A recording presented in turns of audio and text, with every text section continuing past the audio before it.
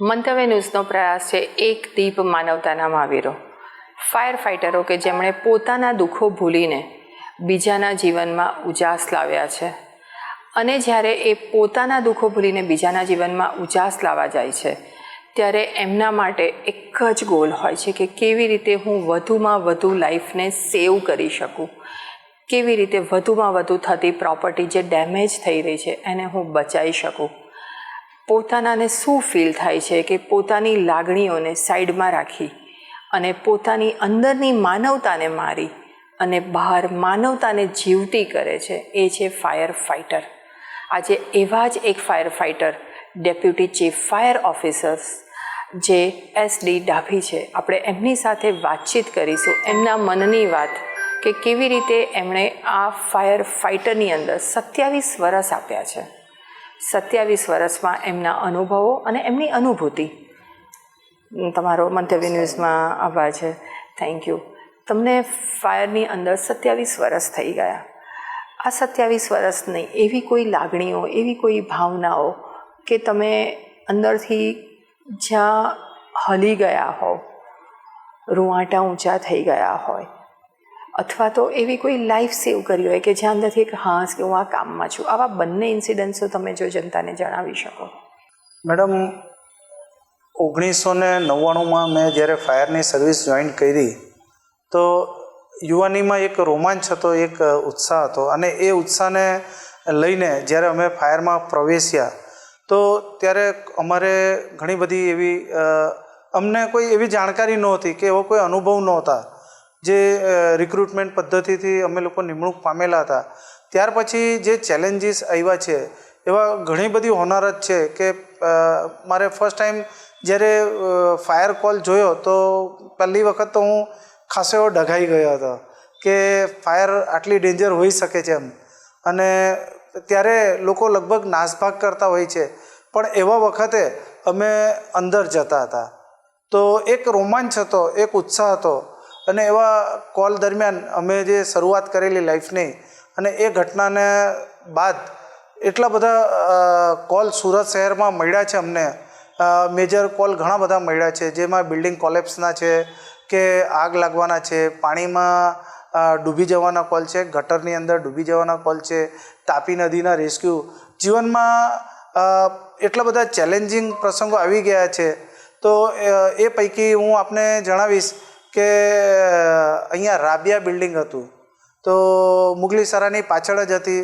હું ઓફિસમાં બેસેલો હતો, કોમ્પ્યુટર વર્ક કરી રહ્યો હતો, ત્યારે એક ચાચા દોડતા દોડતા આવ્યા કે સાહેબ, મારા ઘરે આગ લાગી છે, ચાલો જલ્દી ચાલો. તો મેં એમને થોડા સાંત્વના આપી કે ચાચા કઈ જગ્યાએ છે. તો તાત્કાલિક અમે ગાડીમાં એમને ચડાવીને એમને કીધું તમે ચાચા પછી આવો, પાછળ આવો. તો એ ચાચા ના માન્યા કે મારે પણ મારું ઘર છે, આવવું જ પડશે.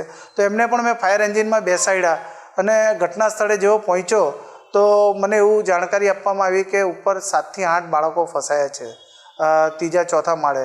અને હું ને મારી ટીમ તાત્કાલિક લાઈન ચાર્જ કરેલી લાઈનો લઈને ઉપર પહોંચ્યા અને એ સમયે બ્લાસ્ટ થઈ ગયો. અને એ બ્લાસ્ટના કારણે મારી પાછળ જે પબ્લિકનું ટોળું ઘસી આવેલું હતું, અને જે બ્લાસ્ટ જેવો અમે દરવાજામાં, તો આપણે પાપડ કઈ રીતના શેકાય એ રીતના આખો અવાજ આવતો હતો. અને મારો ચહેરો પોતાનો બળી ગયેલો, મારા હાથ બળી ગયા, અને મારી સાથેના જે કર્મચારી હતા એ પણ દાઝી ગયા. અને જે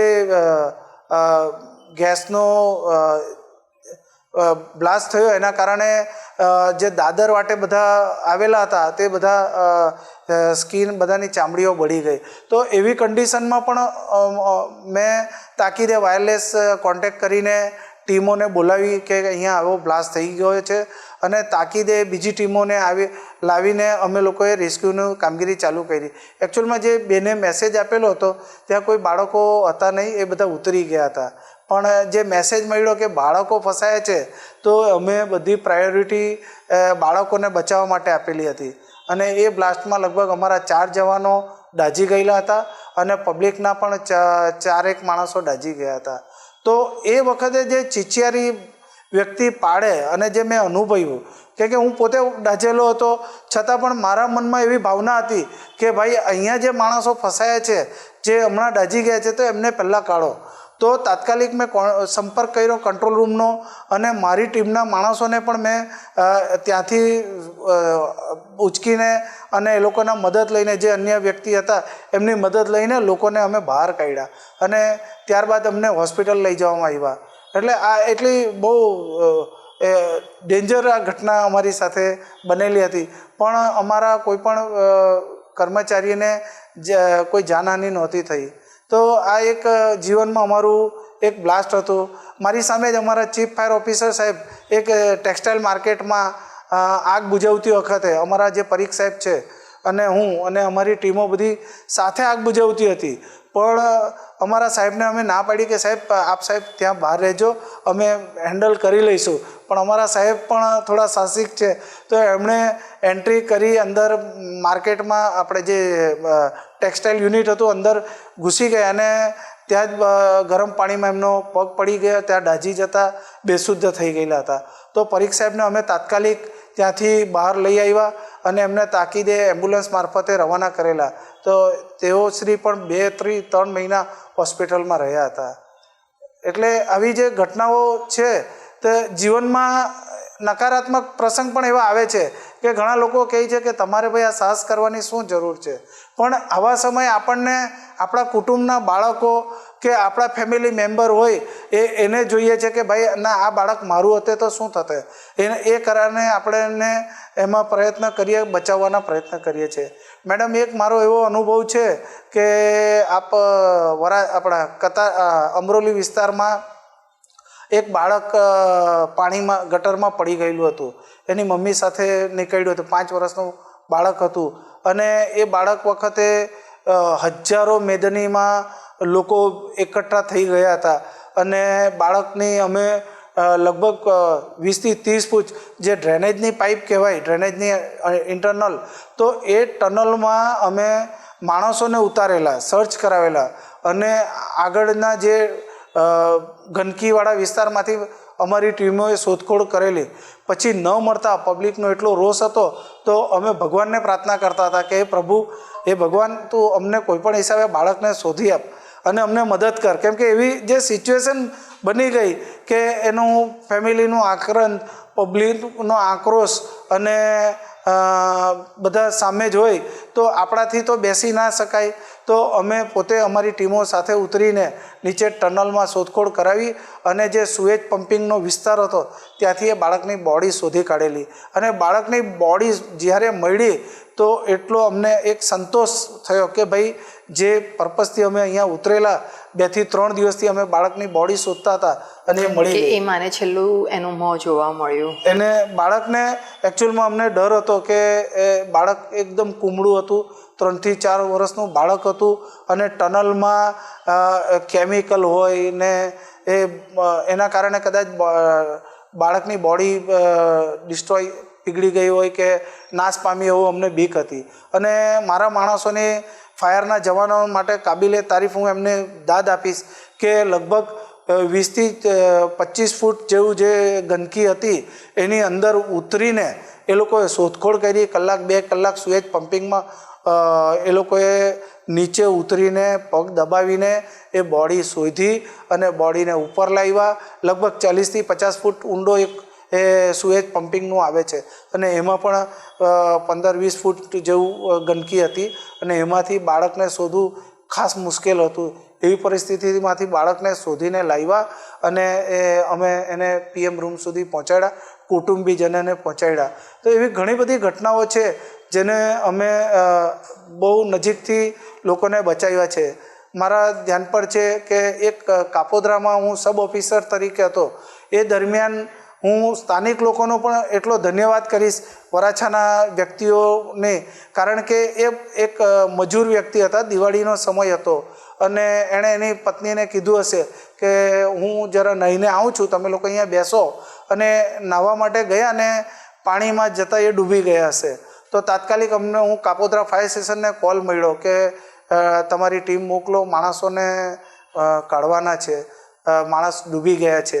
તો તાત્કાલિક અમે ઘટના સ્થળે આવ્યા. મારા જવાનોની મહેનતથી તાકીદે લગભગ 15થી 20 મિનિટમાં એ વ્યક્તિની બોડી શોધી કાઢી. પછી જે એમના વાઈફને પણ મેસેજ મળ્યા હશે કે મારા ઘણી કંઈ અહીંયા પાણી થોડું થાય, સ્વાભાવિક છે. લોકોને જોઈ એટલે એ સ્ત્રીને એવું લાગ્યું હશે કે મારા હસબન્ડ આટલા સમયથી આવ્યા નથી, કાશ મારા હસબન્ડ પણ કદાચ અંદર હોઈ શકે. તો આવ્યા પછી આક્રંદ કરવા લાગ્યા. તો મેં પોતે જોયું, અનુભવ્યું કે વરાછાના લોકો કોઈ એના રિલેટિવ નહીં હોવા છતાં એ લોકોએ એણે બાઈએ એવું કીધું કે હું તો ગોધરા મજૂર બાઈ છું અને ગોધરાથી આવું છું અને મારા હસબન્ડ સાથે મારી પાસે પૈસા નથી, હું જાઉં કઈ રીતના, મારા ઘરવાળાને લઈ કઈ રીતના જાઉં.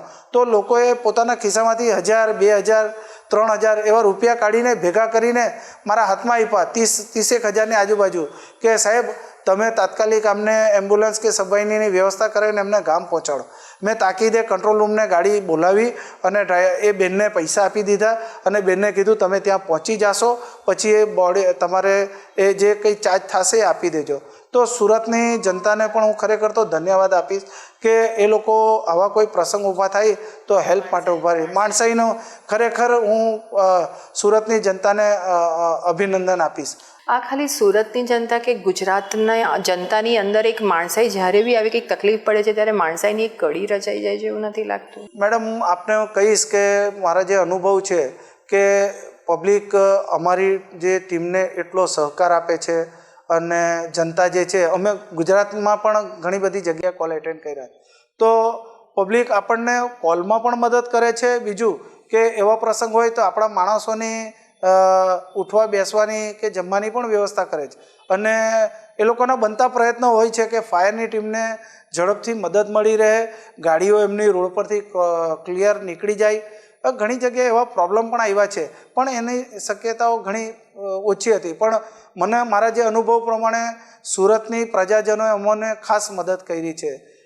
હું આપને કહેવા માંગીશ, તક્ષશિલાનો બનાવ જે એ વખતે હું મારા કંઈક TADAના બિલ માટે એકાઉન્ટ વિભાગમાં ગયો હતો અને એ જે ઘટના ઘટી તો મારા મનમાં કંઈક એવી આશંકા જાગી કે આ કોઈ મોટી ઘટના છે, તો મારે આ પૈસા લેવાની જગ્યાએ એકાઉન્ટ વિભાગમાં પૈસાનું કાલે લઈ લેવા, પણ અત્યારે મારે નીકળી જવું જોઈએ કોલમાં. એકચ્યુઅલમાં મારો વિસ્તાર અલગ હતો, છતાં પણ હું તાકીદે ઘટના સ્થળે જ્યારે ગયો તો મને જાણવા મળ્યું કે ઉપર કોઈ બાળકો છે ને, તો અમે તાકીદે ઉપર પહોંચ્યા અને જ્યાં પરિસ્થિતિ જોઈ તો અમે બોડીઓ, જે બાળકો હતા એની બોડીઓને અમારા હાથમાં ઉચકીને લાવ્યા.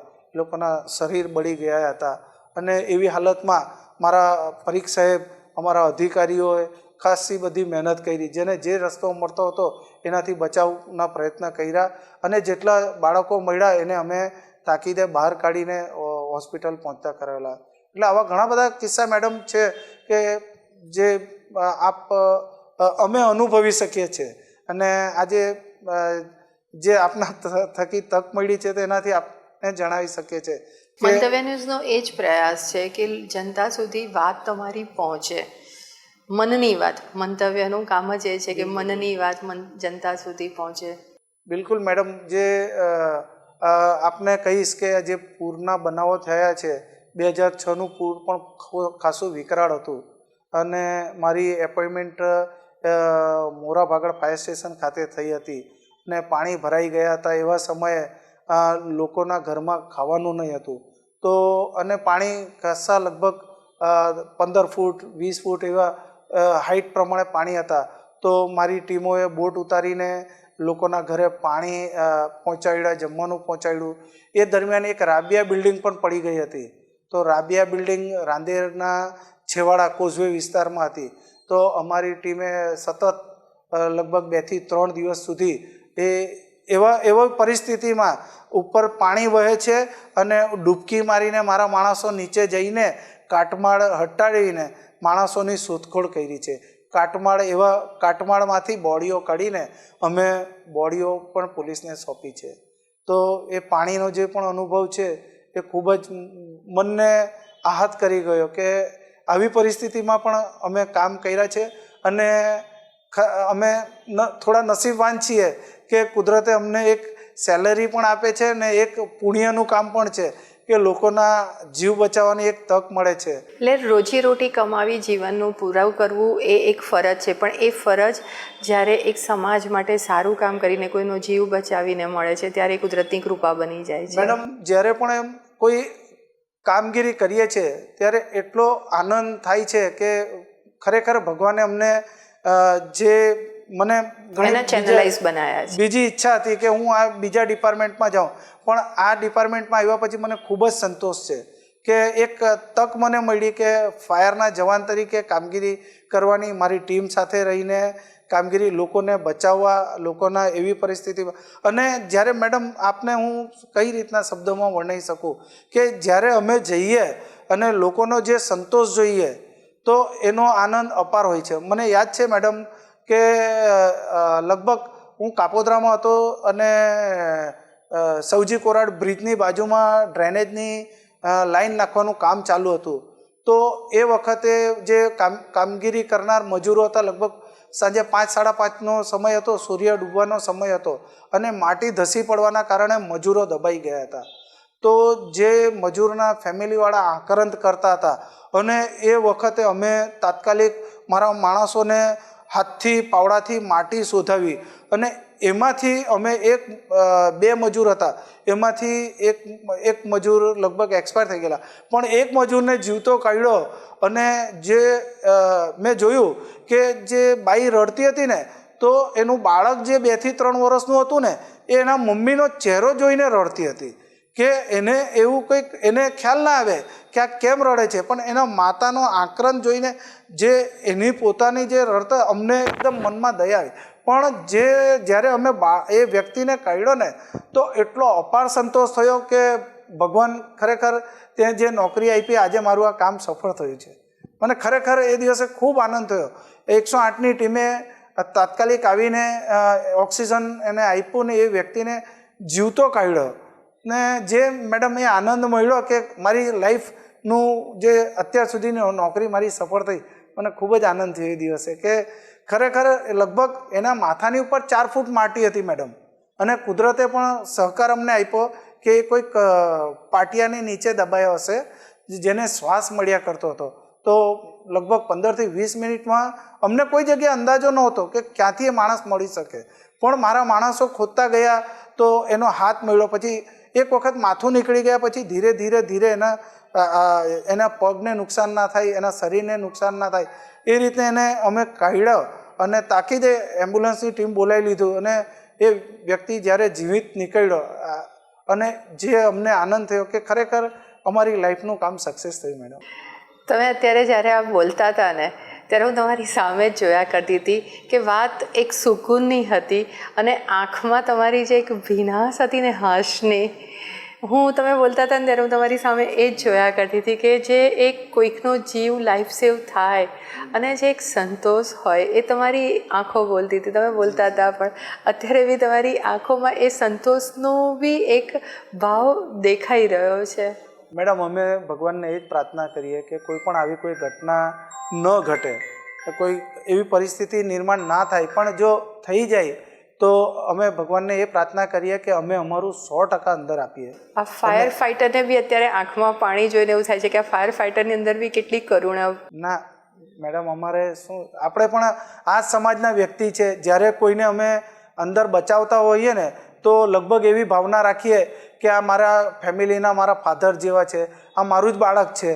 એનાથી અમને એક કામ કરવાની ઓર ધગસ આવે. કેમ કે મેડમ, ઘણી વખત શું થાય છે કે કામગીરી કરતી વખતે માણસને જ્યારે કામ કરતાં થાકી જાય છે કે ભાઈ આ આપણું કામગીરી છે, પણ આપણે જ્યારે એવું વિચારીએ કે ના, આ આપણો મેમ્બર છે અને આને આપણે કોઈપણ હિસાબે બચાવવો જોઈએ.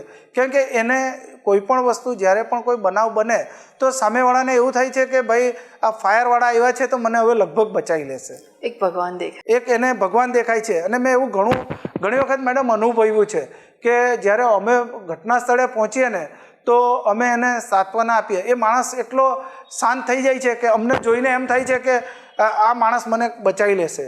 અને મેડમ, અમે એવી ઘણી પરિસ્થિતિમાં માણસોને બચાવ્યા છે. અમને જોઈને એ લોકો ખૂબ જ એ થઈ જાય છે, રિલેક્સ થાય કે ભાઈ હવે કોઈ પણ હિસાબે હું બચી જઈશ.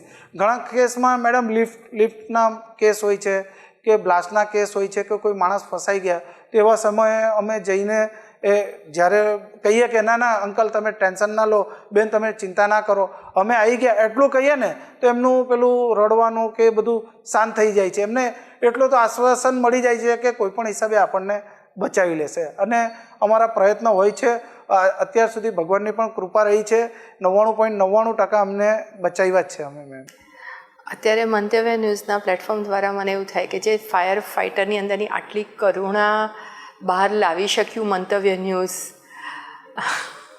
મેડમ આપનો અમે એ ખૂબ આભાર માનીએ છીએ કે મારો આ એકચ્યુઅલમાં અમે ફિલ્ડના કર્મચારીઓ છીએ, પણ આપના થકી અમે જનતાને આ વસ્તુ જણાવી શકીએ એટલે આપનો તો ખરેખર મારે ખૂબ ખૂબ આભાર માનવો જોઈએ કે મારા શબ્દને હું જાહેર જનતા સમક્ષ રજૂ કરી શકું છું. આપના માધ્યમથી આજે જાહેર જનતા આ વસ્તુ જોશે તો અમે અમારી ફિલિંગ સમજી શકશે.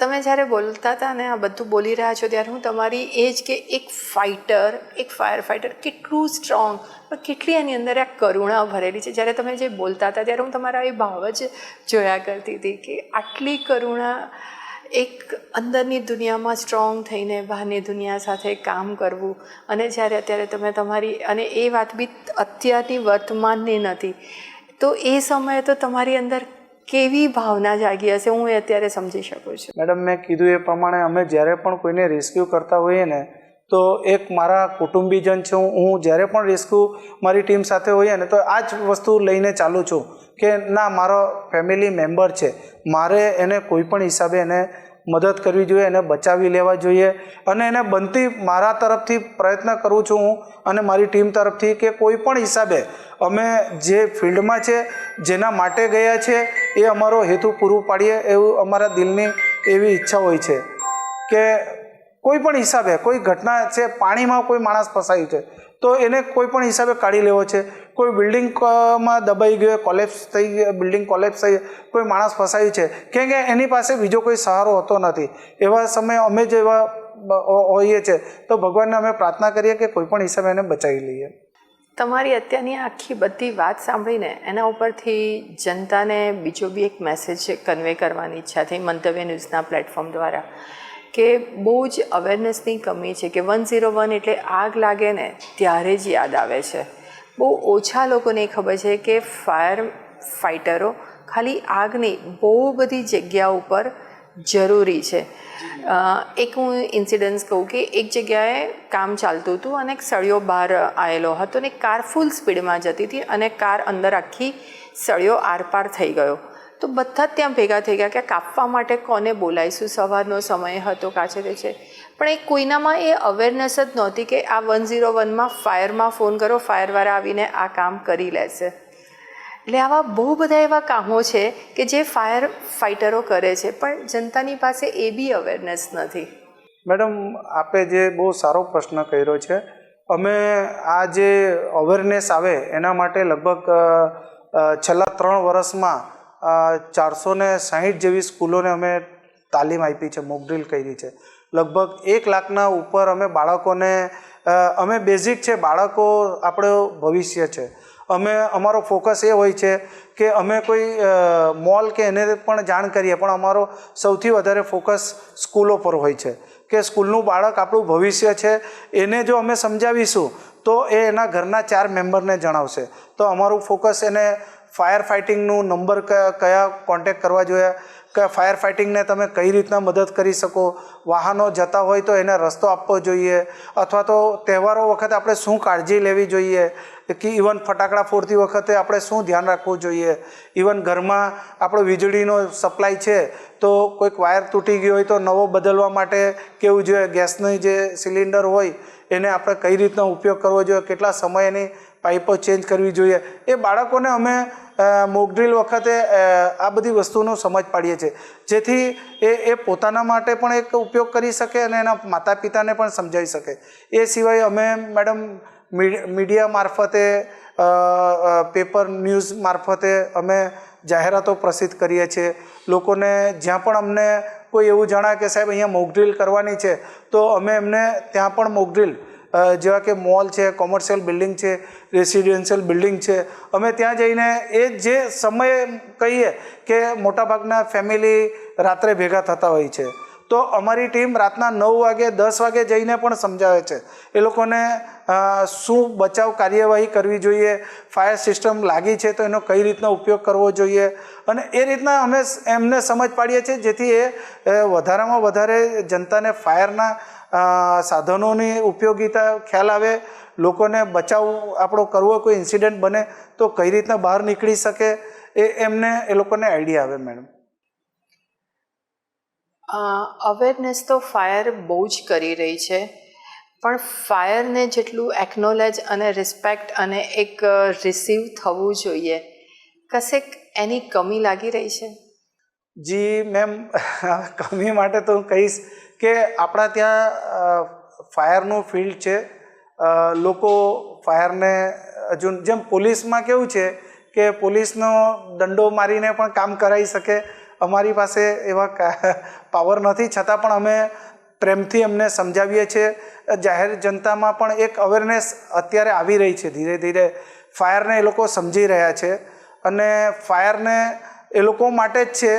એ લોકો હજુ પણ અમુક જગ્યાએ જે એજ્યુકેશન છે, એજ્યુકેશન આપણે આપવું જરૂરી છે કે ભાઈ ફાયરની જવાબદારી ફક્ત ફાયરની નથી મેડમ, કે જ્યારે પણ કોઈ બિલ્ડિંગમાં રેસિડેન્સમાં આવે, હાઈરાઇઝ બિલ્ડિંગમાં, તો એમાં સિસ્ટમ જે લાગેલી હોય તો એવું ફાયર જ આવીને ચેક કરશે એવું જરૂરી નથી. આપણે સિસ્ટમ એ લોકોએ પણ પોતે બનાવવી જોઈએ કે ભાઈ 10 દિવસે 5 દિવસે આપણે સિસ્ટમ ચાલુ કરીએ. કમસે કમ આપના માધ્યમથી હું એવું કહેવા માંગીશ કે તમે જે બિલ્ડિંગમાં મોટર, પંપ અને સિસ્ટમ લગાવી છે એને આપ 15 દિવસે એક વખત ચેક કરો.